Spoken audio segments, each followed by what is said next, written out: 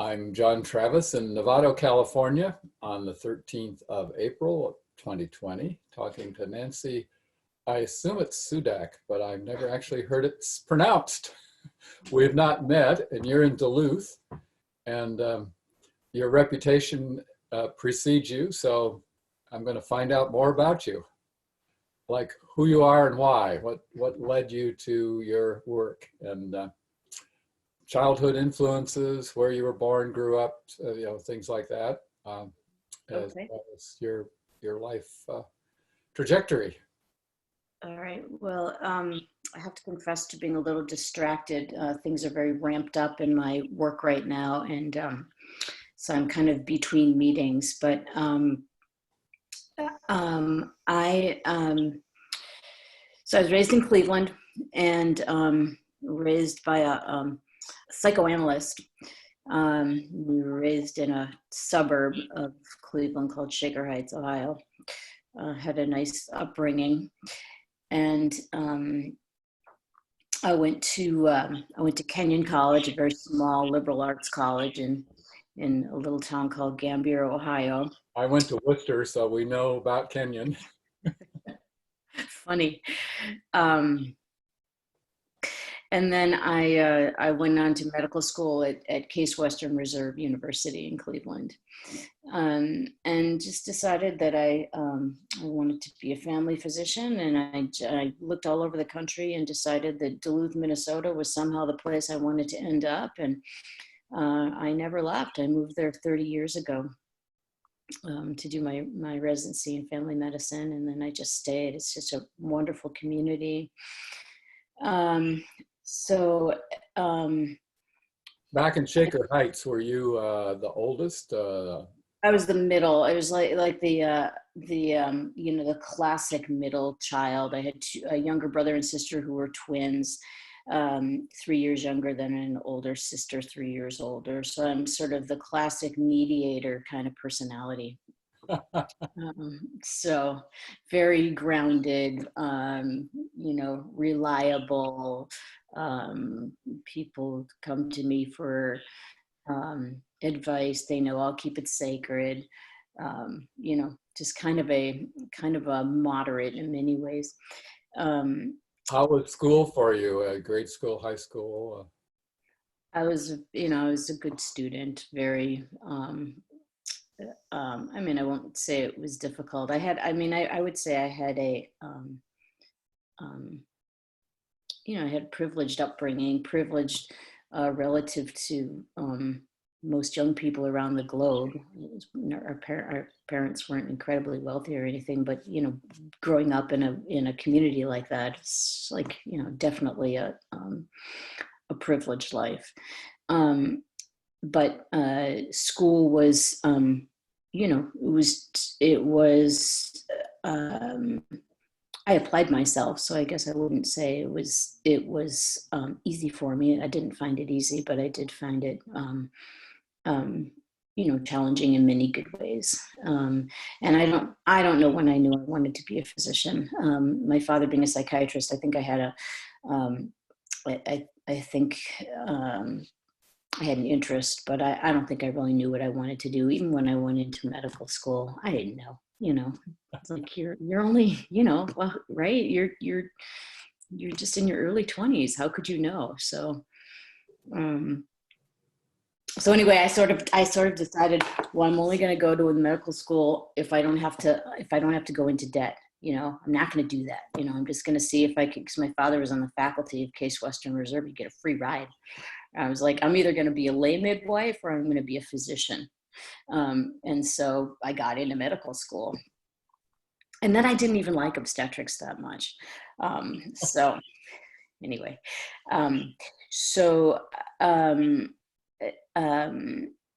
once I got into medical school and started to do my residency, I really started to feel kind of apologetic to my patients. Like, it's kind of like, this is all you got, like this medicine or these steroids, it just felt like there was a lot missing. I learned quickly that we weren't really learning how to survey health. We were learning how to survey disease, and didn't feel satisfying to me. And then I just like quickly glommed on to the integrative or holistic medicine community, like shortly after I was a trained physician. And how So I did think you first encounter that? um, I mean, I don't remember, to be honest with you, Jack, but one of my first events was an Alan Gaby, Jonathan Wright conference. It was like in the early 90s. And it was pretty cool because they had assembled a lot of the evidence. And so I feel like, if you have the receptors for it, you get turned on pretty quickly. And so it just felt like, a big bright light of truth. And I just never, I've never looked away from it. And so one conference just led to another. I think I was, became a member of the American Holistic Medical Association pretty quickly. And I'm sure you've spoken with a lot of their founders and and former members, because they're an organization that doesn't exist any longer. Right. But were you one of the early members? Yeah, I was a founding member in Denver in '78, and had the experience of being attacked for talking about wellness by Thomas Harris, I'm okay, you're okay guy. Hey. Followed me and didn't like wellness. Crazy. Did you know Bob Anderson very well? No, in fact, I've been trying to track him down. Bill Manahan said that he was ill, and I left messages. His name was familiar from the '70s. We might have met, but we never really had a connection. And when I took on this project, I started looking at names. I thought, well, I should interview him, but it was too late because he died last week. And yes, he did. Did you know him? I did. Bob was probably he was probably the most significant influencer in my career. I'll tell you about that a little bit, but yeah. So 1978. So Lev Linkner and Alan Warshawski, Len Wisniewski, are those all familiar?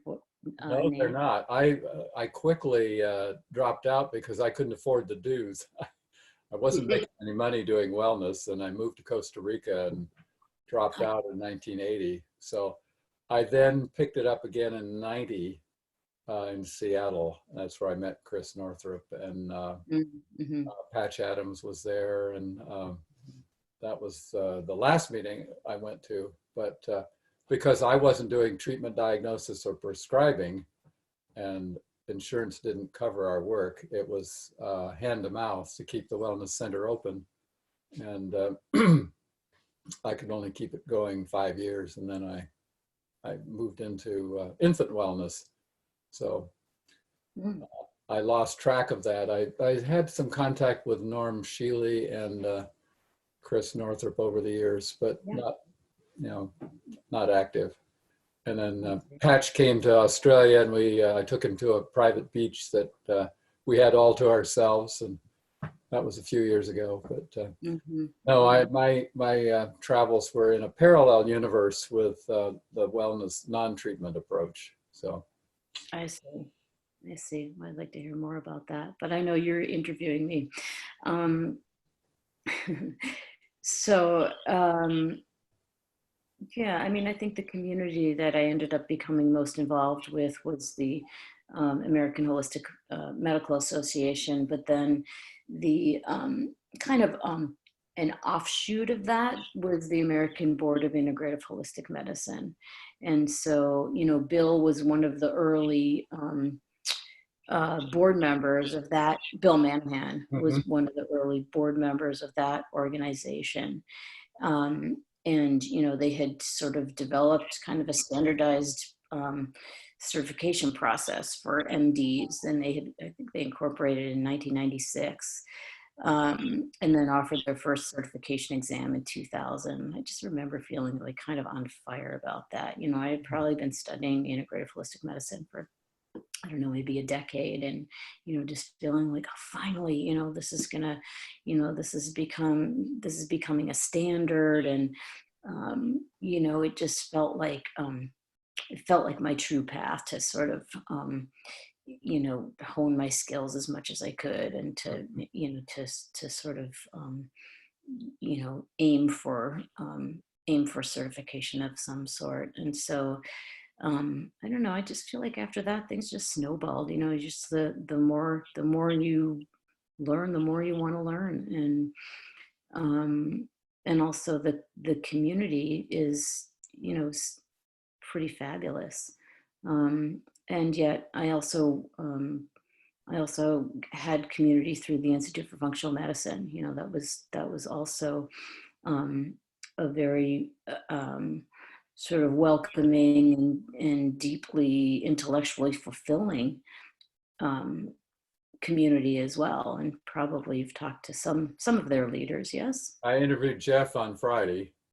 Oh, you did? Yeah, great. So, I mean, and Jeff's been such an inspiration to so many of us. I think, if you ask, uh, almost any person who's been practicing integrative medicine for years, they'll all credit Jeff for, for really bringing people together, in service of good medicine.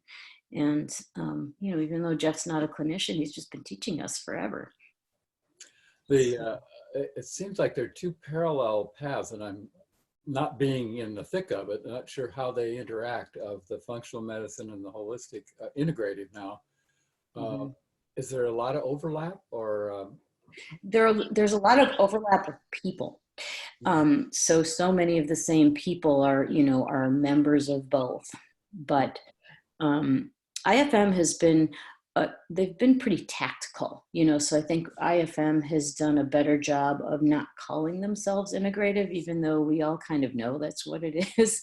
You know, So I feel like what they've done is, tried to, um, put themselves as, or really position themselves as, um, not alternative, not integrative, but almost like, um, you can incorporate this as a main, it's sort of it's appealing to conventional physicians. Mhm. So I think they've been pretty strategic to not call themselves integrative, but we're the same people, so. Jeff quoted 200,000 trained people throughout the world. I was amazed at the numbers. Like, wow. Well, I don't know what that means, because he could be sent, he might mean the number of people who've gone to their conferences, or Oh, yeah. yeah, that is a lot. I mean, and the thing is, they've done a great job of expanding globally. Hmm. And I think the integrated medicine community is not, it doesn't feel global like that. Pretty much American based. Well, or I mean, I think they've attempted collaboration. Of course, there's always a lot going on in European countries. And, there, I mean, I know there's even, there's integrated medicine everywhere. It's just that I don't think that, there's as much of a cohesive movement as there is with integrative, or with, functional medicine, because it's all coming through one purveyor, IFM. Yeah. Integrative medicine has a lot of different players in the sandbox. And they haven't always played all that well together. Most of the time they do, but there's like, there are the academics, and they're I don't know if you talk to anybody from the academic consortium for, integrative medicine and health. Haven't, no. I'm just, you're the Yeah. first. Because I mean, I'm not in that, arena. I'm not an academic, but, they've put on some global conferences, and, they've, um, the academic consortium it's a consortium of something like, I want to say like 70 medical institutions. And they basically include an integrative curriculum for, for their medical students. You can also join as I think as a clinical member, but again, it's just like if you said who's the big player in integrative medicine in the US, it'd be hard to say one given organization, because Mhm. there's so many, which Yeah. is good. It's a good problem to have, right? It's not really a problem. It's just it reflects the growth of Mhm. the movement. A groundswell. I'd interviewed David Rakel a few weeks ago as Hmm. well, and I was impressed at how many medical schools actually have viable programs. I knew there was Yeah. a big flood of them back in the Mhm. 90s, and then they seemed to fade, or they never really caught on. But now, keep talking about organizations. The one and I can't remember all the names. The Mhm. That's okay. certification one you mentioned earlier, that Yeah. Yeah. that was subsumed then by the American Integrative Medicine. So it's kind of an alphabet soup, isn't it? Yeah, So the American Holistic Medical Association, which really was the earliest, you guys were the pioneers, right, of holistic medicine. And then, a number of former leaders from AHMA um, founded it was then called the ABHM, the American Board of Holistic Medicine, right. and creating the certification opportunity. Dave Rakel was on that board as well, um, and um, and then we added the word integrative, just so people would, in 2008 or 2009, just so people would know what we were doing.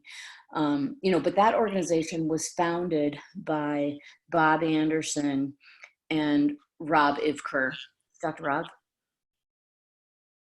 I don't know him. I've seen the name, but yeah. Yeah. Um, so those two founded the organization, and then uh, um, Was that because the AHMA had petered out? no, I mean, it was just something different. It was a 501c6. So it was a certification process. So Oh, okay. Yeah. we offered, we offered, um, you know, fellowship and, a Right. yearly conference and a certification process, which, I think just beginning to um, try to create a standardization Hmm. was really the goal. And you were one of the first to be certified then? So the founding diplomates were in 2000 and 2001, and I certified in 2001, and it was just, I don't know, it's just like one of these moments in time where um, I um, I just felt so fortunate to be sort of wrapped into the leadership there. I was just this, little practitioner in Duluth, Minnesota, and somehow I ended up getting sort of pulled in, and just really feel fortunate that I was able to become part of the key leadership of that organization.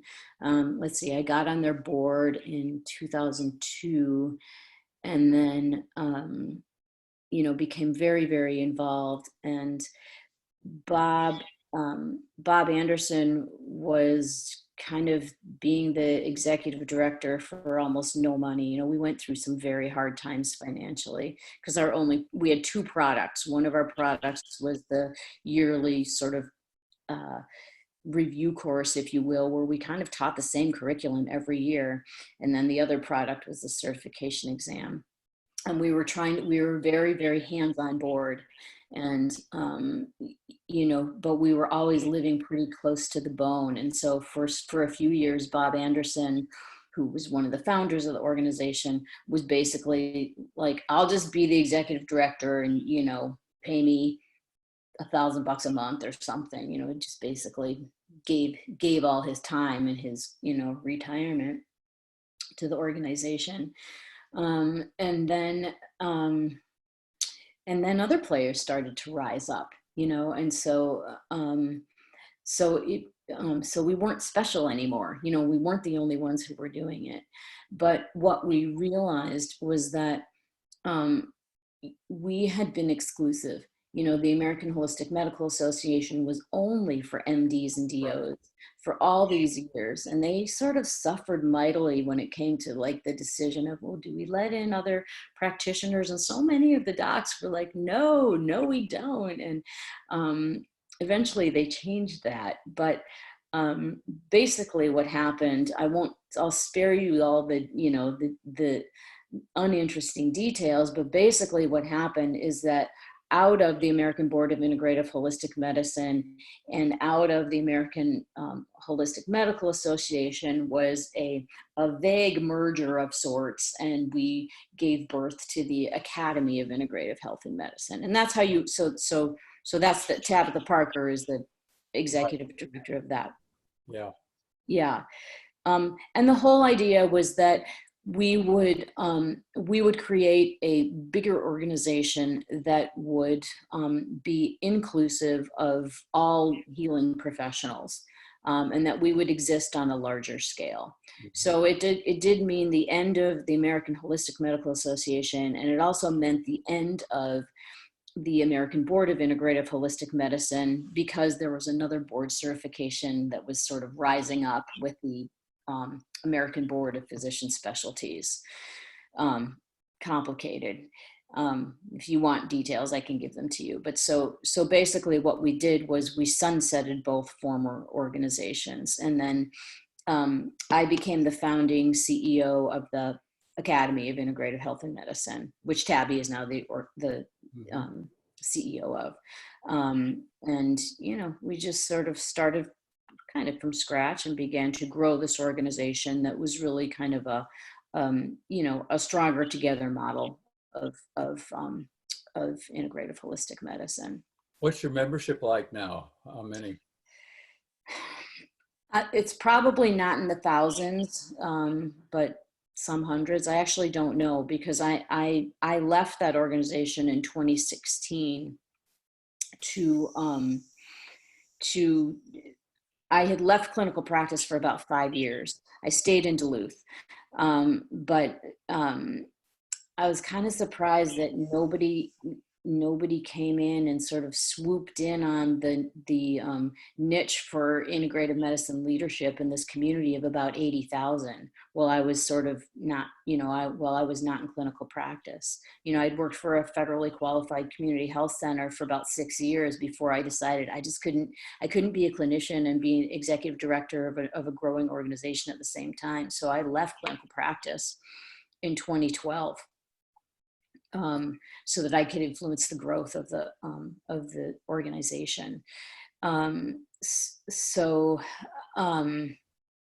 I don't know exactly how many members they have. Did you interview Tabby or Tabitha? Or No. Okay, she can give you those details. So I felt a calling to grow integrative medicine at more of a local level in Duluth, Minnesota. So I kind of offered myself up at a major, our large health system level, convinced them that they wanted to hire me so that I could, create a service line and grow integrative services across the organization. So they hired me about 3 years ago. Uh-huh. And how's that been? Are they accepting? Yeah, I mean, it's been kind of phenomenal.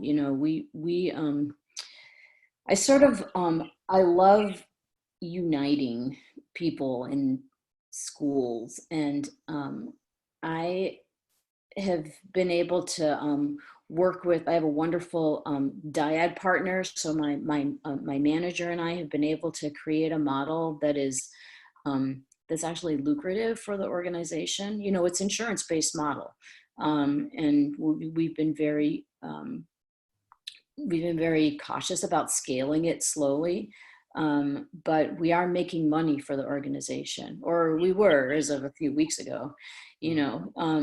But we have found a model that we think works pretty well. Like it's kind of some people may find it to be kind of a truncated version of what they'd want it to be, but for us to be able to offer insurance covered visits for physicians and nurse practitioners, doing consultations. We're not primary care clinicians.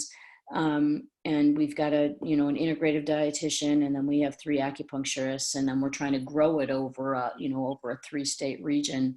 And for our leadership to say, go, grow it faster. We see what you're doing and we like it, has been good. That's been really rewarding. And what's your relationship like with the PCPs in the area? I mean, good. So we had to figure out, are we specialists or are we primary care clinicians? And the thing is, we are specialists, but we report to primary care. And so we're very deep in relationship. And so we get a lot of referrals. I'd say 50% of our patients just come self-referred, and then the other 50% are referred by our colleagues. I mean, I don't know what people are saying that are, I don't know if they're saying unkind things, because I don't hear those things. But, I would say for the most part, it has been successful beyond what I could have hoped for. Wow. Especially because we have deep leadership support, and they see what we're doing, and we have very high patient satisfaction scores, and so we're good for the organization. Our patients are, our patients are happy. We're making money, and and we have high satisfaction scores. So why wouldn't they want to keep us around? Now, how many of you are there, and how many facilities are you all? So there are 8 of us, but we started, we basically just started local.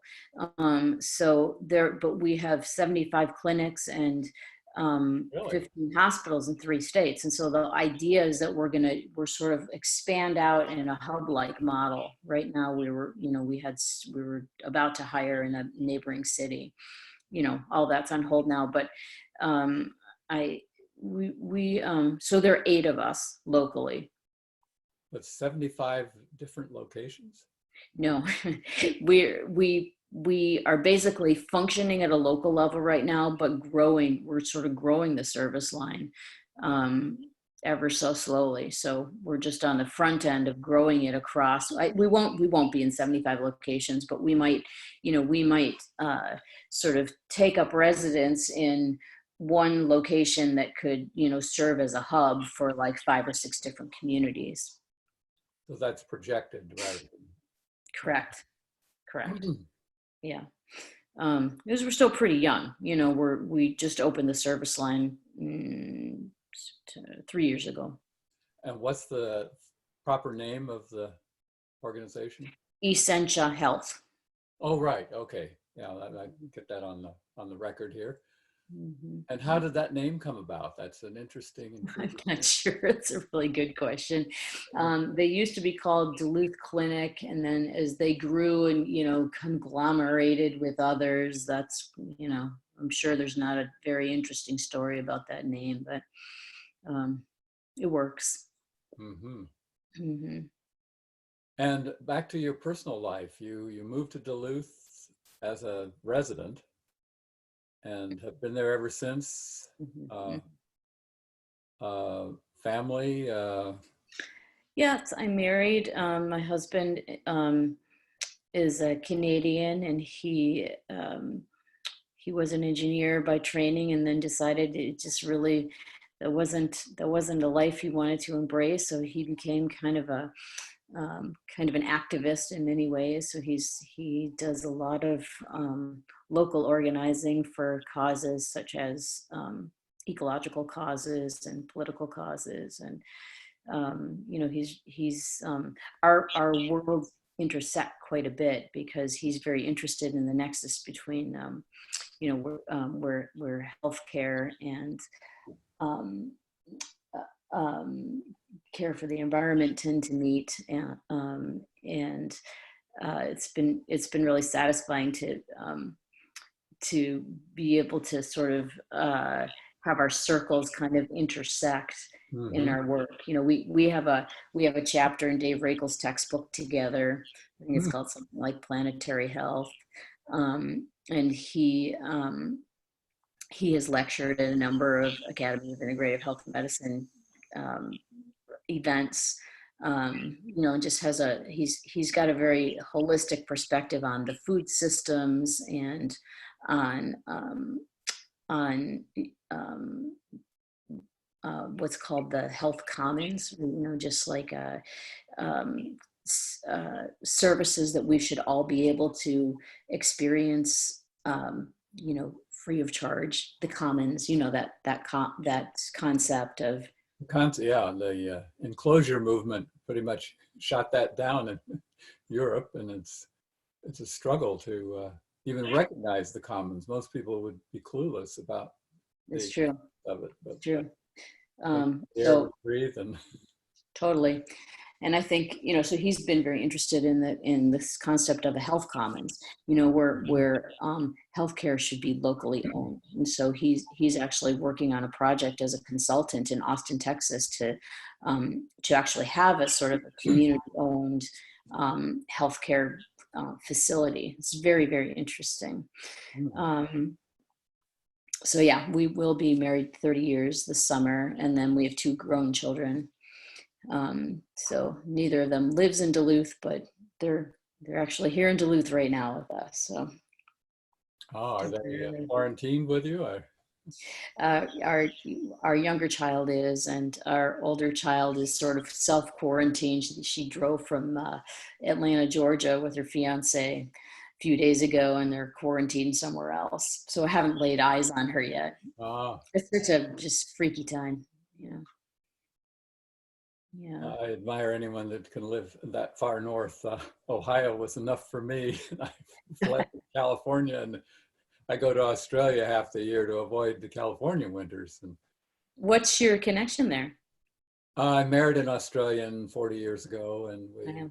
lived here 20 years and then moved over there 10 years and raised our daughter there. And Mm, we split up when she left home, and my work around how having children destroys most marriages in nuclear families, the lack of resources, that we were designed to raise kids in an environment, in a community environment with a village, and how under-resourced most parents are. But mm. you managed to keep it together with two, and Yes, I'm grateful. power to you. Yeah. Mhm. Thank you. What are your daughters? Are they both daughters? Our second child is gender fluid, so he goes by they, them. So Uh-huh. And what are their interests? Are they? so my daughter is in she's the older one. Um, she is getting her master's in functional nutrition through the University of Western States, and it's also a partnership with the Institute for Functional Medicine. Um, and then my other child, Nat, is a musician and sort of audio engineer, and on their way to uh, architecture school. Mm-hmm. University of Western States? Yeah, Never heard of it. it's in Portland. I think it's Portland. Uh-huh. Yeah, Learning yeah. all kinds of things. Yeah. Um, and I gather you're a big skier. Oh yeah, not downhill, but you know, cross country skiing is that is that's how we enjoy the winter, and yeah, it makes a difference. I think, you know, you don't want to live here if you don't enjoy the outdoors. Yeah.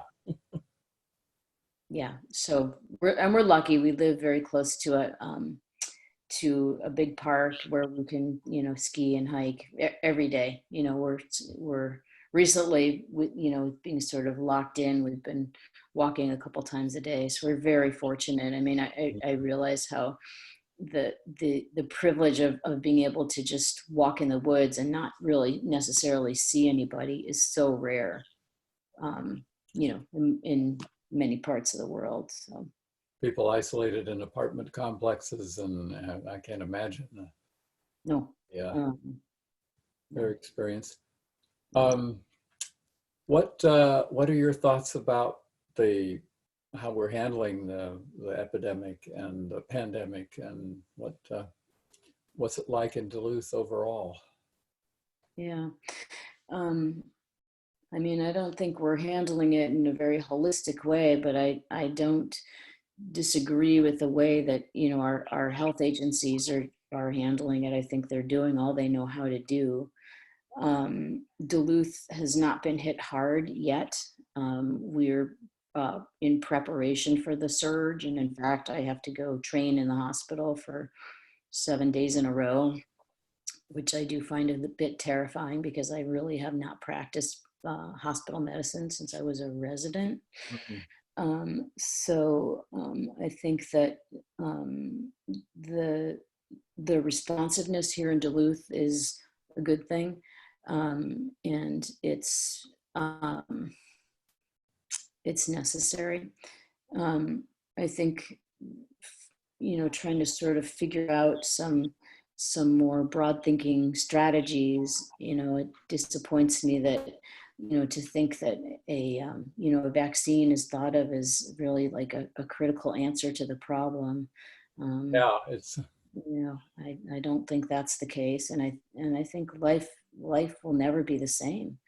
And I also um, I also see it as an opportunity, though. Will we learn to be different with each other? This is such a polarizing time politically. Um, in our own country, that it hasn't brought out people's best, and so, will a crisis like this make a difference in terms of how we live our lives differently? I have no idea. And I think, and I also think it's so massive that it's almost too painful to try to sort of chase down the potential reverberations in our minds, because it's so unfathomable. yeah. So I don't know. I mean, I think we have only daily, or just sort of opportunities in the now to ground ourselves. And I struggle with it too. Like, I've been assigned this sort of well-being role at our organization, and I kind of sort of offered myself up with a team of like 4 other women, of like, what can we do to in our sort of COVID-19 responsiveness, to help people um, sort of find their way. And the organization was like, yeah, we really want you to do that. And of course, why wouldn't they? Because it helps them look conscious. But even we struggle, to not get so caught up in the frenzied, um, um, and just in the chaos of it all, and the need to sort of control. And in healthcare, we have to try to control, and yet I think that's part of the problem too. Is that we've always had sort of dominion over everything we can think of, and now we don't, and now we don't have any kind of certainty over what's going to happen, a month from now, let alone a year and beyond. And letting go of that control, or sort of realizing that we don't have it's painful, and yet at the same time, I think healthcare has to respond in a very controlled way, because um, we're going to implode if they don't. Mm. Now, prior to the pandemic, what were your impressions of the more traditional allopathic big pharma influenced practitioners, which are probably the majority of Duluth, like everywhere? What kind of interactions were they appreciating what you were doing, or ignorant, or what I kind of? mean, uh, well, again, I guess I don't know what people are saying, but I would say that we have tended to enjoy a modicum of respect. And so, community members were pretty shocked that a conservative organization like Essentia Health has sort of started an integrative department. But at the same time, it's like, well, if you're not doing this as a major healthcare institution, you're kind of behind. This is what people are looking for. Um, pharmacists love this stuff. It's really interesting because I have found that they are always like, whenever I speak to pharmacists as an audience or I'm giving a talk, they're kind of all over it. So that's pretty Really? interesting. Yeah, it's surprising. I know that I have colleagues who don't believe in what I do, and that's okay. But I'm not. We're finding kind of a deep well of respect and camaraderie, and I don't try to sell it. Like we just want to work from a model of inspiration. So like, why would I go try to shove it down somebody's throat? I have no interest in that.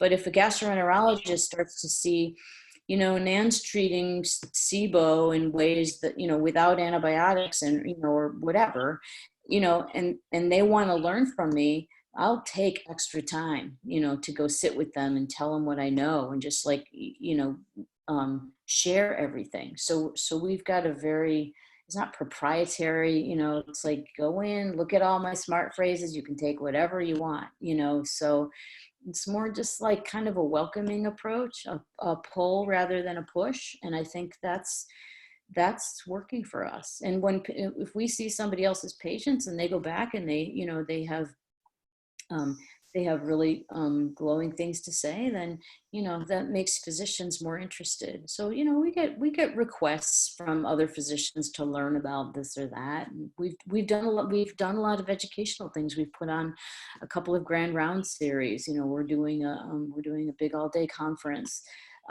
next fall, and so we've been out there enough in our leadership strategies and our innovative programming and just I feel like our sort of kind of collaborative attitude, that I think those things have just helped make us more attractive. But I can't tell you, because I do think there are people who probably just think it's baseless and unscientific or pseudoscience, or the words people like to use, and I just don't hear about it. But for the most part, I'd say we've relations are good with my conventional colleagues, because most of my colleagues are conventional, right? Hmm. And you mentioned speaking to pharmacists. Do you do much lecturing outside the area? Oh, not so much outside the area, but like our pharmacy team, like it's interesting because we have to work, or we shouldn't say we have to, we get to work closely with one another, because I as part of our service line, we make supplements available through our pharmacy. And so that's just happening through one pharmacy. Like on our campus, within Duluth, we probably have, I don't know, 5 or 6 pharmacies that belong to Essentia Health. But the office where I work, is supplies all these supplements that, we've created a formulary. And so our pharmacy team has asked for presentations a few times, so we have a very good working relationship. And basically it's presentations like, here are some of our favorite supplements, and this is why, but they seem pretty interested. Actually, I mean, one of the things that I'm doing right now is I'm on a little scientific advisory board for the Institute for Functional Medicine, because they're doing they're creating these position papers on strategies for COVID-19 every week. And so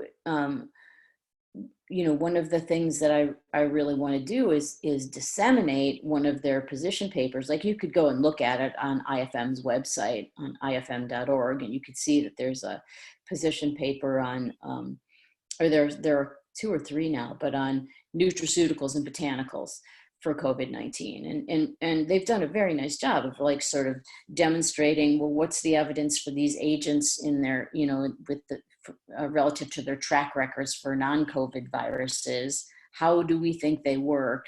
What's the strength of the evidence, and what's the risk of harm? You know, so it's a very nice paper written for the functional medicine community. But you know, I am in conversation with IFM right now to say, well, why don't we create a version that's available, you know, that's feeling accessible, or the language is more accessible to the conventional community, because we don't have time. You know, we're in this sort of implementation gap between research and implementation. So we got to try stuff, you know, or it could save some lives. And I think clinicians would be very interested to know these recommendations. So now what I'm trying to do is help them create a conventional clinician version of this document. And, you know, and then we'll use my organization as the sort of index case or the test case for, you know, would this work? You know, could this be disseminated broadly in a conventional context? And could it make a difference, you know, or would people use it? Or can it, you know, is that even plausible? So that's kind of fun. Keeps you busy, I'll bet. Yeah. So a typical day is for you. You said you're between meetings now. Are you seeing patients as well, or? Yes. So right now we're seeing all our patients virtually. My current position is I work full time, but I see patients at 60% of the time, and then the rest of the time is you know, is devoted to innovation and programs and running the department and growing it, and then doing this well-being work. The virtual or seeing people online, has that been a struggle for a lot of your patients? Are they pretty tech savvy? How's that? It is a struggle. We understand that CMS has relaxed their rules around reimbursing phone visits, because it's kind of discriminatory. You know, not everybody has good internet. Not everybody has a computer, and not everybody's computer savvy. And so I would say about 80% of my visits are Zoom, and about 20 are phone, or they just can't figure it out. And so we try to talk them into the Zoom visits because those are being reimbursed. But sometimes the phone visits have to suffice. I don't like those as well, but it's strange to have an initial visit. My initial consults can be anywhere between 60 and 80 minutes, and it's really weird not to be able to, to look somebody in the eye. But you can still provide some care, and patients seem to be pretty appreciative. Interesting. Maybe going out on a limb here, but what are your thoughts about Bernie's Medicare for All and reorganizing our single payer to a single payer system? What do you think about that? Yeah, I mean, I feel I'm in just rabid agreement, and I think that this whole COVID tragedy is really just the perfect example of a call for a nationalized system of healthcare. People are doing things in such willy-nilly different ways, and if we had a more of a single payer system, I just don't think we'd have this problem at all. So it's just so sad that that message has just been drowned out, because I think he's right. Yeah. Well, it feels like we're wrapping up here. Any other parting words for the future generations we hope will see this down the line? I don't know if I have any parting words. Today I read a little Richard Rohr quote about liminal space, and how it's sort of our noon meeting, and just sort of thinking about how we're in this big learning lab right now, and we can either see it that way as an opportunity to make some real change, however that needs to look, or something that's happening to us, and that we've got a fix for it. And I'm I'm hopeful that on the other end of this pandemic, anyway, that we'll be wiser in some way. Um, and yet I also have to sort of, like everybody else, sort of give up knowing what that's going to look like right now. Good words to end on. And I appreciate getting to know you, even if it's a few thousand miles away. And Indeed. delighted that you've done so much, and will continue to do it, and in whatever shape it takes as we come out of this and to our future. So again, thank you. Well, back at you, Jack. I mean, thank you for all you've been doing for all these years and will do in the future. And and what a grand project for you to kind of assemble the many voices of people who who hold this work so dear, and who are really kind of some of the big workhorses of the movement. Well, it sort of grew like, wow. I started out with 40, 50 names, and now I've got 460 names. And I know about 380 of them. So it's like, will I ever finish it? But I'm having a lot of fun doing it. And thank you again. My pleasure. All right. Well, until the next time.